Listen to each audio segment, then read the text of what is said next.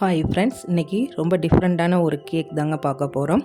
அதுக்கு முன்னாடி நம்ம சேனலை லைக் பண்ணி சப்ஸ்கிரைப் பண்ணுங்கள். இப்போ வாங்க வீடியோக்குள்ளே போகலாம். ஒரு ஈரம் இல்லாத மிக்சிங் பவுல் எடுத்துக்கோங்க. அதில் வாசனை இல்லாத எண்ணெய் 125 ml எடுத்துக்கோங்க. ஃபஸ்ட்டு 100 ml சேர்த்துட்டேன், அடுத்தது ஒரு 25 ml சேர்த்துருக்கேன். அதில் ஜீனி 100 கிராம் சேர்த்துருங்க. அப்புறம் தயிர் அது 125 கிராம் 250 ml கப்பில் 1/2 கப் எடுத்துக்கோங்க. ரூம் டெம்பரேச்சரில் உள்ள முட்டை எடுத்துக்கோங்க. 1 டீஸ்பூன் அளவு வெண்ணிலா எசன்ஸு, 1 பிஞ்சு உப்பு, இது எல்லாத்தையும் சேர்த்துட்டு விஸ்கு வச்சு நல்லா பீட் பண்ணி எடுத்துக்கோங்க. தயிர் நல்லா தயிராக இருக்கணுங்க. ஃப்ரிட்ஜிலேருந்து எடுத்து யூஸ் பண்ணக்கூடாது. அதே மாதிரி புளிப்பு இல்லாமலும் இருக்கணும். பாக்கெட் தயிர் நீங்கள் யூஸ் பண்ணிக்கலாம் ஃப்ரெண்ட்ஸ். அதை மட்டும் கொஞ்சம் கவனமாக பார்த்துக்கோங்க. முட்டையும் ரூம் டெம்பரேச்சரில் இருக்கணும். இது நல்லா நீங்கள் விஸ்கை வச்சு பீட் பண்ணால் இந்த அளவுக்கு வரும். எல்லாம் ஒன்றா மிக்ஸ் ஆகி ஒரு தோசை மாவு பதத்துக்கு வந்திருக்கு பாருங்கள். இதை பார்க்குறதுக்கு உங்களுக்கு எப்படி தோணுது? ஒரு கண்டென்ஸ் மில்க் கலர் தெரியுதுங்களா? ஆமாம், அதே மாதிரி எல்லாம் ஒன்று சேர்ந்து அந்த பக்குவத்துக்கு வந்துடும். நீங்கள் விஸ்கு மட்டுமே யூஸ் பண்ணலாம், எலக்ட்ரிக் பீட்டர் யூஸ் பண்ண வேண்டாம். இதில் ரவா 160 கிராம் எடுத்துக்கோங்க. Baking powder 1/2 teaspoon. இப்போ இதை எல்லாத்தையும் சேர்த்து ஒன்றா மிக்ஸ் பண்ணிவிடுங்க. கொஞ்சம் கெட்டியாக வரா மாதிரி தெரியும், அதுக்காக பயப்பட வேண்டாம். இதை நல்லா நம்ம விஸ்கு வச்சு மிக்ஸ் பண்ணி எடுத்துடலாம். எல்லாம் ஒன்று சேர்ந்து வரணும், அவ்வளோதான், வேறு ஒன்றும் இல்லைங்க. இதில் டெசிகேட்டட் கோகோனட் 50 கிராம் எடுத்துருக்கேன். இது வீட்டிலே செஞ்சது தான், நான் முன்னாடி வீடியோலேயே உங்களுக்கு சொல்லியிருப்பேன். இது செய்கிறது எப்படின்னு உங்களுக்கு தெரிஞ்சுன்னா நீங்கள் கமெண்டில் சொல்லுங்கள், நான் வீடியோ போடுறேன். இதையும் சேர்த்து நல்லா மிக்ஸ் பண்ணி எடுத்துருங்க. நல்லா மிக்ஸ் பண்ணிவிடுங்க. அடிக்கான எல்லாம் ஒன்றாகி வரணும், அந்த அளவுக்கு மிக்ஸ் பண்ணி எடுக்கணுங்க. எலக்ட்ரிக் பீட்டர் இல்லாமல் தான் நம்ம மிக்ஸ் பண்ணுறோம், அதனால் கொஞ்சம் கவனமாக நல்லா ஃபுல்லாக மிக்ஸ் பண்ணிவிடுங்க. இதை மிக்ஸ் பண்ணிவிட்டு ஸ்பேச்சுலாவில் சுற்றி ஓரங்களெல்லாம் வழித்து விட்டுடுங்க. இதை மாதிரி வழித்து விட்டுட்டு இதை இப்போ ஒரு ஓரத்தில் வச்சிடுங்க. வச்சுட்டு மூடி போட்டு ஒரு 10 நிமிஷம் இதை அப்படியே வச்சிடுங்க. அந்த 10 நிமிஷத்துக்குள்ளே நம்ம அவனை 170 டிகிரியில் 10 நிமிஷத்துக்கு ப்ரீஹீட் பண்ணிடலாம். அதுக்கப்புறம் ஒரு கேக் டின் எடுத்துக்கோங்க.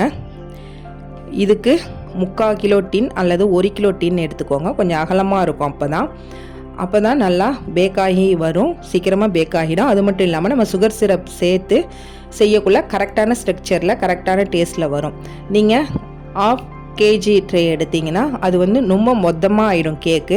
அப்போ நீங்கள் சுகர் சிரப் சேர்த்ததுக்கப்புறம் அது இன்னும் கொஞ்சம் உப்பி வரும், அப்போ அது ரொம்ப ஹைட்டாக தெரியுங்க. அதனால தான் சொல்கிறேன். இப்போ இந்த டின்னில் நம்ம எடுத்து வச்சுருக்க பேட்டரை சேர்த்துட்டு இதை ஸ்பேச்சுலாவால் சமன்படுத்திக்கோங்க. இதை மாதிரி ஃபுல்லாக எங்கே பார்த்தாலும் ஸ்ப்ரெட் பண்ணி விட்டுடுங்க. மேடு பள்ளம் இல்லாமல் ஃபுல்லாக நல்லா சமன்படுத்தி எடுத்துக்கோங்க. இப்போ நான் எடுத்துருக்கிறது 1 கிலோ கேக் டின் தாங்க எடுத்துருக்கேன். அதில் ஆயில் ஸ்ப்ரெட் பண்ணி பட்டர் ஷீட் போட்டு வச்சுருக்கேன். இப்போ ஸ்பேச்சுலாவில் இந்த அளவுக்கு நீங்கள் சமன்படுத்திட்டு இதை ஏற்கனவே 10 நிமிஷம் 170 டிகிரி ப்ரீஹீட் பண்ண அவனில் 170 டிகிரி 25 நிமிஷம் நீங்கள் பேக் பண்ணி எடுத்தால் போதும். ஏன்னா அகலமாக தான் நம்ம ட்ரே வச்சுருக்கோம், அதனால் இது சீக்கிரமே பேக் ஆகிடுங்க. நீங்கள் அகலம் கம்மியான ட்ரே வச்சாதான் ரொம்ப நேரம் ஆகும் பேக்காக. இப்போ நம்மளோட கேக் பேக் ஆகிட்டு இதை ஒரு கம்பி வச்சு நம்ம செக் பண்ணி பார்த்துடலாம். இங்கே பாருங்கள், எதுவும் ஒட்டலை. இப்போ இதை நம்ம எடுத்துடலாம். இதை எடுத்து ஓரமாக வச்சுட்டு கேக் ஆறட்டும். அதுக்குள்ளே நம்ம சுகர் சிரப் ரெடி பண்ணிட்டு வந்துடலாங்க. ஒரு பவுல் எடுத்துக்கோங்க. அதில் 250 ml கப்பில் 1 கப் தண்ணி சேர்த்துக்கோங்க. அதில் 200 கிராம் ஜீனி எடுத்து சேர்த்துருங்க. இதில் உங்களுக்கு தேவைன்னா லெமன் ஜூஸ் சேர்க்கலாம், நான் சேர்க்கலைங்க. இதை நல்லா பாகுபதம், அதாவது கம்பி பதம் வரக்கூடாது. நம்ம குலோப் ஜாமுனுக்கு பாகுபதம் பார்ப்போம் பாருங்கள், அதுவே சில பேர் தண்ணியாகவே வச்சுருவாங்க. அதில் தான் அந்த குலோப் ஜாமுன் சரியாக வராமல் போகிறது. வழவழன்னு இருக்கணுங்க. அந்த ஒரு கம்பி பதத்துக்கு முன்னாடி ஸ்டேஜ் அந்த பாகை தொட்டு பார்த்திங்கன்னா வழவழன்னு இருக்கணும். அதுதான் கரெக்டான ஸ்டேஜ். இப்போ அதை மாதிரி வந்துட்டு நம்ம எடுத்து வச்சிடலாம். இப்போ கேக் கம்ப்ளீட்டாக ஆறிட்டு அதை டீமோல்ட் பண்ணிவிட்டு அந்த பட்டர் ஷீட்டை எடுத்துகிட்டு மறுபடியும் நான் அந்த கேக் ட்ரேயிலே வச்சுருக்கேன். ஏதாவது ஒன்று சூடாக இருக்கணும். இப்போ நம்ம கேக் ஆறி இருக்குது, ஆனால் ஸ்ரப்பு சூடாக இருக்குங்க. இதை நம்ம அந்த கேக் மேலே ஊற்றிடலாம். ஃபஸ்ட்டு நான் ஊற்றிருக்கேன், அதை கேக் உறிஞ்சிடும். இப்போ செகண்ட் டைம் ஊற்றுறேன். இதே மாதிரி கேக் உறிஞ்ச நம்ம அந்த சுகர் சிரப்பை சேர்க்கணும்.